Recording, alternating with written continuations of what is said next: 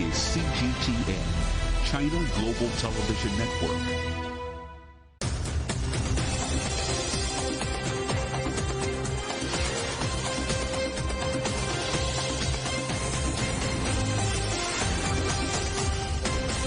Live from London, this is The World Today. Hello, I'm Paul Barber. Our top stories this hour. Turkish and Chinese rescue teams save a Syrian man from a building collapsed in Antakya after he was buried for 6 days. Arrest warrants, meanwhile, are issued for construction chiefs in Turkey as the United Nations warns the earthquake death toll could double. And thousands protest in Madrid over what they say is the creeping privatisation of their public healthcare system.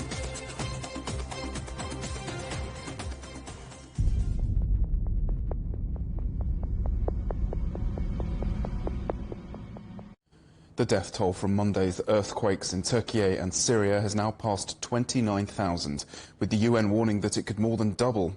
It comes as Turkish authorities issued more than 100 arrest warrants. They're for people thought to be involved in the construction of buildings that collapsed. One person was detained at Istanbul's airport while attempting to leave the country. Pressure has been growing on Ankara over its handling of the disaster, while Turkish authorities have promised to meticulously investigate why so many buildings were destroyed. Our correspondent Sabir Safarov is in the Turkish city of Gaziantep and he joins us now live. Sabir, we'll talk about the situation where you are in just a moment. But first, can we talk about these arrests and what the government is saying about them? Sure. Good evening. It's evening here, but good afternoon. So we have spoken with many people today over this area in Gaziantep, and also there are some kind of buildings that crashed back at the earthquake last Monday. And the people are saying that some constructions marks are made rent for the some people, such a rent a car, and they just build up and destroy the columns of the buildings, and that's why one of the 4 building around is just crushed down after massive earthquake over here.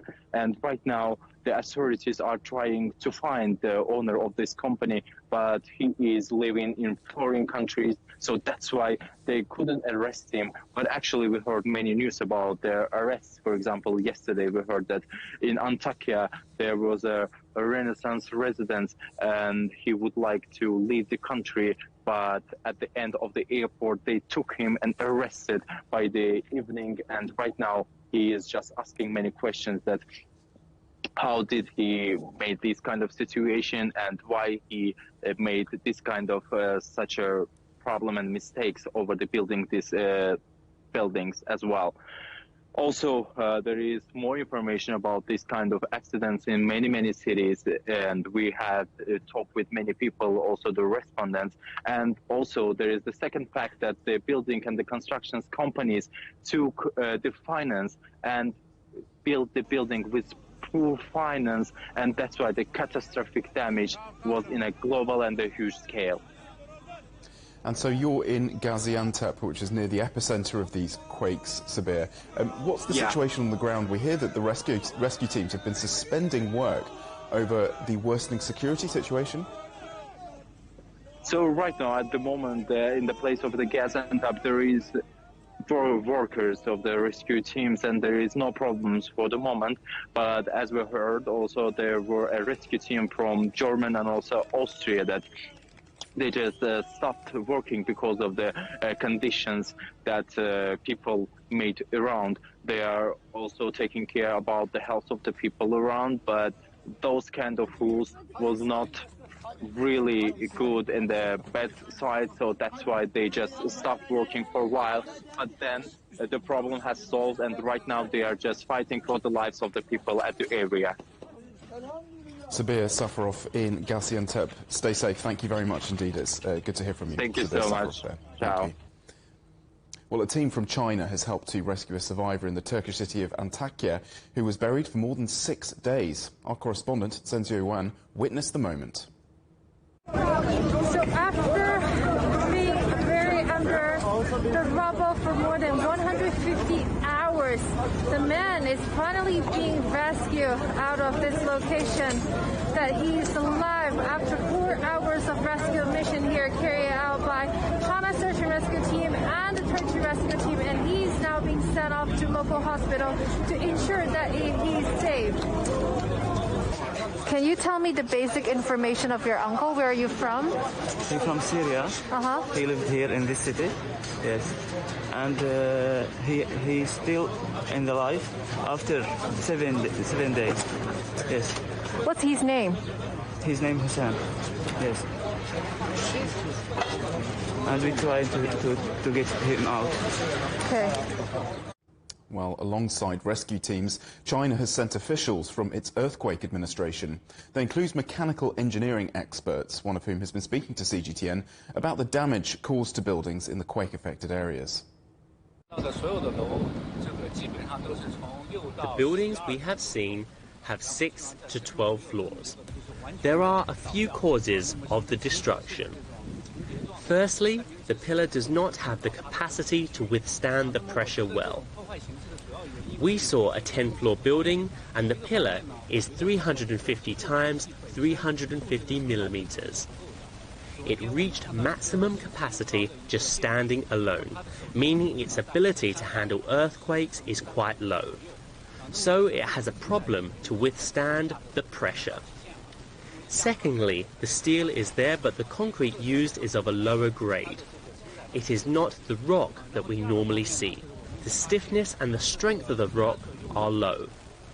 Most of the steel used to support the main body is in the form of plain round bars, which does not work well with concrete. And that adds to how the damage was caused. Thirdly, I think the magnitude of the earthquake exceeded expectations. All of this adds to the destruction caused. Most of the buildings are built along a floodplain. We believe it has to do with its foundation. Those are the reasons that caused the destruction. The earthquakes and aftershocks that rocked Turkey and Syria have left millions of people homeless. Hundreds of thousands of people were forced to flee the ruins of their own homes and move into shelters, hotels and camps. Many are Syrians in Turkey who had already fled war in their own country. Our correspondent Evangelo Sipsas reports. 4 months ago, Ahmed El Dahid got married and moved into a new home. He'd left Syria with his wife, hoping for a new life. But in a matter of seconds, he found himself homeless once again. 6 months ago it's happened like this, but it's coming easy. I said, maybe same like before. I tell to my wife, never mind, it will be okay. After that, it's starting to go strong. We are shocked. We are not move anywhere. We are staying our bed. Then after that, we feel everything is going down. Our building starting to go down and giving the sound say like boosh. Then we are shocked like this. I think we are dead already. It's gone, everything. While Ahmed thought of moving with his wife to another country, making that move now seems impossible. It's my passport already there also, so I can't move to other country. Yeah, it's my passport there in the home. I didn't take with me anything from our house. In Osmaniye, the government has set up a camp. The tents offer some relief from rain and snow, but with temperatures plunging below zero, it's not in any way ideal. Close to 2,500 people call this camp their home. It's the largest concentration of people left homeless due to the deadly earthquakes. Anywhere you turn your head, you see pain and exhaustion, not only on the faces of those who stay here, but those who are running the camp as well. Aslında şöyle, biz 4 gün uyumadım. I haven't slept for 4 days. The pain and grief of the people make it impossible to fall asleep. However, there is another side to it. We're here to help people, and the more we help them, the happier it makes us. Turkey's earthquake humanitarian aid campaign has described the situation as the country's worst disaster this century. President Tayyip Erdogan says homes will be rebuilt. But with such a huge number of people left with nothing, many of these people could be staying in this camp for a long time. Evangelo Sipsas for CGTN in Osmaniye, Turkey. The United Nations says Islamist groups in northern Syria are preventing aid from getting through to the worst affected areas. The UN says one of the country's rebel groups, Hayat Tahrir al-Sham, said it will block aid coming from government-controlled areas and instead only allow supplies arriving from Turkey. It comes after Damascus said it would allow aid to be sent into rebel-held areas across government lines. Zara Al-Derzi has the latest from Aleppo. Since morning, we got an invitation to cover an aid convoy that will enter to the rebel-held area through the Sarakeb crossing between the government-held areas and the rebel-held areas. But this request and invitation was delayed, and then the Al-Watan newspaper, government-affiliated newspaper, reported that the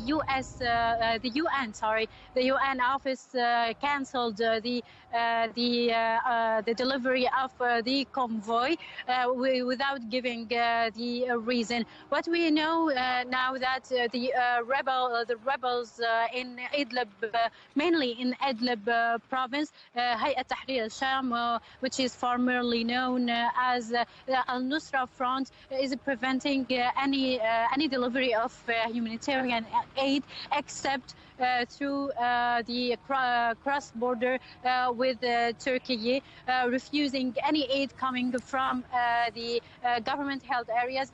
Though, despite that, the government has declared that it will deliver aid to anywhere, anyone in need through any crossing. And Zahra, what else has the Assad government in Damascus said about the relief effort? Yes, the government now is focusing on the humanitarian need. The rescue operations and removing the rebels are continuing, but the focus now on the humanitarian needs for the thousands of displaced. Here in Aleppo, we saw people are living in schools. They took to the parks. They have nothing. They left homes with no IDs, no essentials. Kids without milk, without any of essential needs. So the people here are in dire need for the humanitarian aid to meet their essential needs. And I believe that the government is working on that, and it's already received and still receiving humanitarian aid from several countries. Zara Al-Derzi reporting from Aleppo in Syria there. Well, turning to some of the day's other news now, and voters in Cyprus are heading to the polls to elect a new president in a second-round runoff. It's a tight race between the former Foreign Minister Nikos Christodoulides and diplomat Andreas Mavroyiannis. The winner will have to deal with runaway inflation and trying to revive reunification talks with Turkish Cypriots on the divided island. A US fighter jet has shot down an unidentified object over Canada. The Canadian government said the object was cylindrical in shape, but wouldn't speculate on where it had come from. It comes just 24 hours after a different object was shot down off the coast of the US state of Alaska.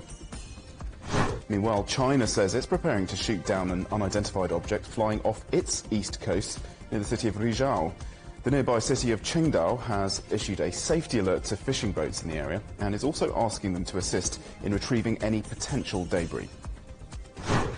Former Brazilian President Jair Bolsonaro says he's planning to return home from the US within weeks.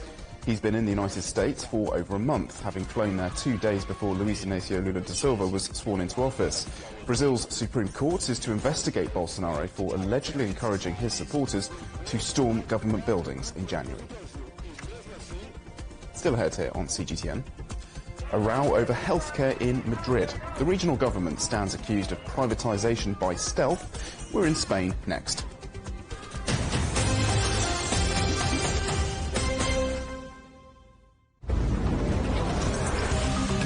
This week on Razor, a universal antivenom that could save hundreds of thousands from death and disability.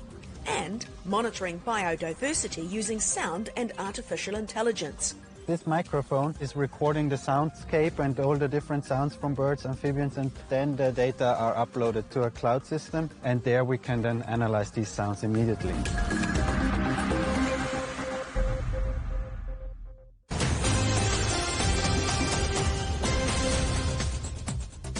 Welcome back. A reminder of our headlines.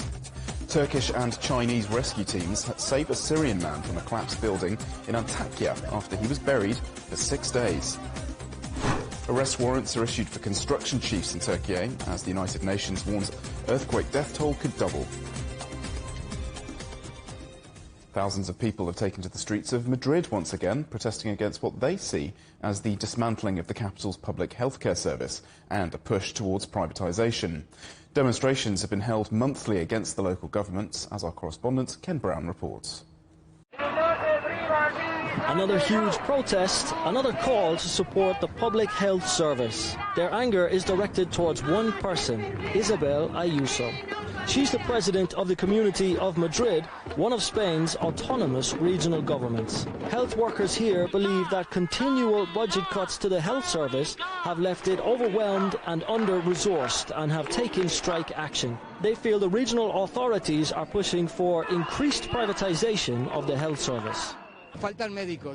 There's a lack of doctors in most primary healthcare centres. Some of them lack paediatric doctors for children. Lots of people don't have a doctor close to them anymore, and almost 200,000 children don't have a family doctor either. Ayuso has claimed the protest movement is being orchestrated by her left-wing rivals. What you're doing is kidnapping the public health issue for your own political interests. You're trying to break the system with a political strike. Funding for primary health care has been one of the major issues for workers on the front line. Public clinics and centres are the first port of call for patients looking for treatment. Protesters here say that half of the regional budget goes to the private sector, and there are plans to allow more private participation in the healthcare system. Yes, we are very proud of our system of healthcare, and we don't want to lose it, and we are fighting. Doctors, physios, nurses, midwives, we're all sick of this. We're not asking for more money, we're simply asking for decent conditions to be able to do our jobs properly. What has made matters worse is that many doctors and nurses who have left their posts have not been replaced. Some of those that have left have often gone to countries that offer better conditions for medical staff than here in Spain. 2023 will also see national elections taking place, with the country set to go to the polls this winter. The future of the healthcare system will almost certainly be a key area of debate. Many experts believe it's too early to say how decisive this issue could be. Ken Brown, CGTN, Madrid. Tens of thousands of teachers have marched through Lisbon in one of the biggest protests in Portugal in recent years. Demonstrators from across the country joined the event to demand better salaries and working conditions. Portugal's socialist government is facing a wave of strikes and discontent sparked by the rising cost of living. Meanwhile, protesters were also out in force in Israel, opposing government plans to reform the judiciary. Critics say that it threatens democratic checks and balances, but the government says judges have too much power. Prime Minister Benjamin Netanyahu has dismissed the protests as a refusal by political opponents to accept his election victory.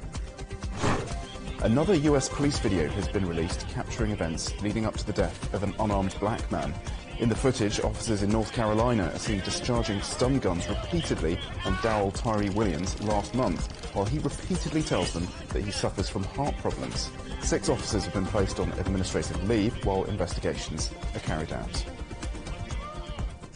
It's been just a month since 5 Memphis police officers were filmed violently beating a black man after stopping him in his car. The death of Tyree Nichols reignited a simmering debate over police violence and police reform. Our correspondent Tony Waterman has the latest now on that debate and the murder investigation. What was supposed to be a routine traffic stop turned into one of the most brutal police beatings ever captured on video. Tyree Nichols kicked, punched, and beaten with a baton by 5 Memphis police officers in the months since his death. New, disturbing details have emerged. One of the officers now accused of sending a photo of a bloodied Nichols around to friends, while 4 of the officers had prior violations at work, including failure to report the use of physical force. The staggering level of violence and the failure of the other officers and first responders to intervene has reignited questions about police culture. At Nichols' funeral earlier this month, civil rights leaders and his family called for an end to police violence. I see the world showing him love and fighting for his justice, but all I want is my baby brother back. And even in his demise, he was still polite. He asked him to please stop. Days after Nichols was laid to rest, his parents attended U.S. President Joe Biden's State of the Union address in Washington, D.C. Instead of applauding the family, some say lawmakers should be apologizing for failing to pass the George Floyd Justice and Policing Act, which would overhaul police practices nationwide. I know most cops and their families are good, decent, honorable people, the vast majority. But what happened to Tyre in Memphis happens too often. We have to do better. A new Yahoo News YouGov poll shows that the majority of Americans support the major reforms laid out in the legislation, like banning chokeholds and making it easier to prosecute officers accused of wrongdoing. The 5 officers involved in Nichols' beating have all been fired and charged with second-degree murder and other offenses. They're facing decades behind bars and are expected to be arraigned next week. 2 other officers and 3 first responders have also been fired or suspended in connection with the case. Officials say more could be disciplined as the investigation continues. Nichols' family and civil rights activists hope the swift and severe consequences will now set the standard for how future cases of police violence are handled. Tony Waterman, CGTN, Austin, Texas. North America's largest auto show is underway in Chicago. Visitors will get to see and in some cases drive the latest cars and trucks on the market. And this year, that includes a host of electric and hybrid vehicles, as Dan Williams reports. Electric vehicles are everywhere at the Chicago Auto Show, both big and small.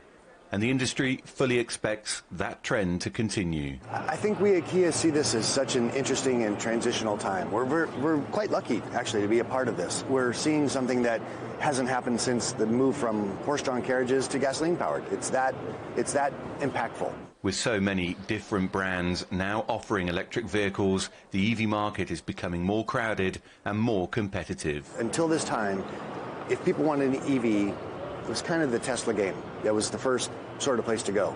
Now we see other brands that are coming in above Tesla, Audi, Porsche, Mercedes, and so forth, and brands coming in below Tesla, Kia, Hyundai, Chevrolet, lots of others. So the kind of squish or squeeze is happening on Tesla, I think, is something that maybe they didn't anticipate coming so quickly.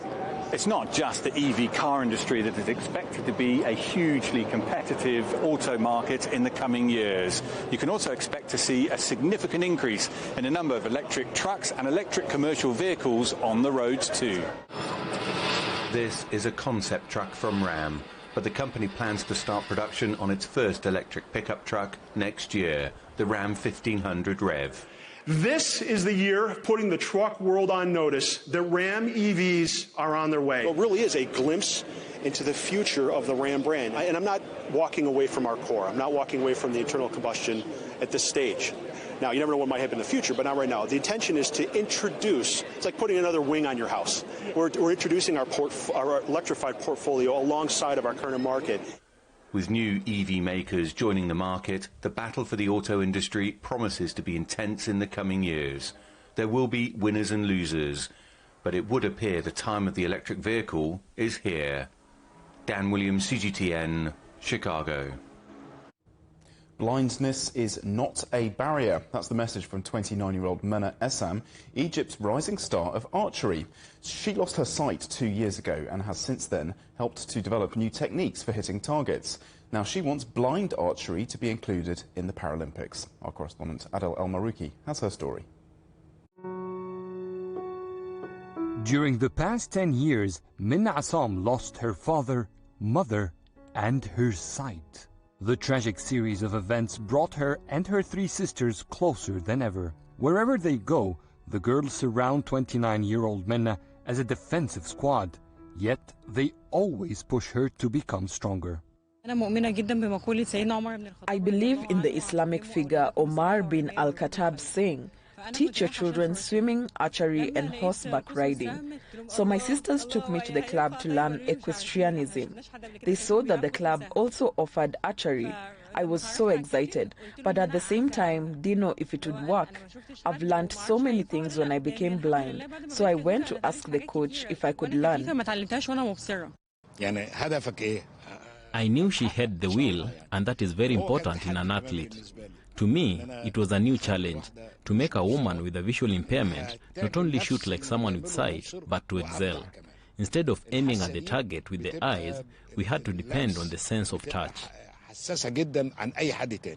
Menna has retinitis pigmentosa, a disease that doesn't show until the teen or adult age. She became completely blind 2 years ago. Astonishingly, it was an eye-opening experience for her. With her unbreakable will, she took on filming and acted in the first Egyptian movie created by people with visual impairment. She learned Braille reading and how to use technology to become independent. When doctors said she won't be able to go out at night, Menna became nocturnal, saving all her activities to nighttime. I've had so many negative comments. Some would tell me, don't waste your energy. Go for another activity which blind people are already doing. I don't like when people tell me what I can or cannot do. It's impossible for impossibility to exist. Archery has become her life, and she's smashing records by being the first blind person in Egypt to practice the sport, bringing to life training techniques that never existed in the country before. Menna is now a national champion. So far, she won 7 medals, among them 2 gold, and her dreams are just getting bigger. Like all of us who supported Morocco in the World Cup semi-finals, I want to represent Egyptians, Arabs and Africans and win a gold medal in the World Games. Blind archery is not in the Paralympics until we make it so. That's the best dream there is, to get a gold in the Blind World Games in England. An athlete with sight exerts a lot of effort in training and little time in preparation. For Menna, it's the other way around. She needed a lot of time to prepare for holding the bow. She responds very well to our shooting comments, and that made us want to speed up her international exposure. What Menna Assam may not realize is that with her persistence, she is building the infrastructure that may serve many people in her condition, making them able to enjoy a sport many people think is exclusive to athletes who can see. Adil Mahroui, CGTN, Cairo. And the headlines again here on CGTN. Turkish and Chinese rescue teams save a Syrian man from a collapsed building in Antakya after he was buried for 6 days. Arrest warrants are issued for construction chiefs in Turkey as the United Nations warns the earthquake death toll could double. And thousands protest in Madrid over what they say is the creeping privatisation of their public healthcare system. And that is the world today. Thank you for watching. We're on smart TV apps like Roku, Apple TV, Amazon Fire and Android TV, YouTube and Dailymotion, CGTN.com and the CGTN app. And in the UK, 24 hours a day on Freeview. There's more news at the top of the hour. Coming up next, it's Razor. For now, from all the team in London, goodbye.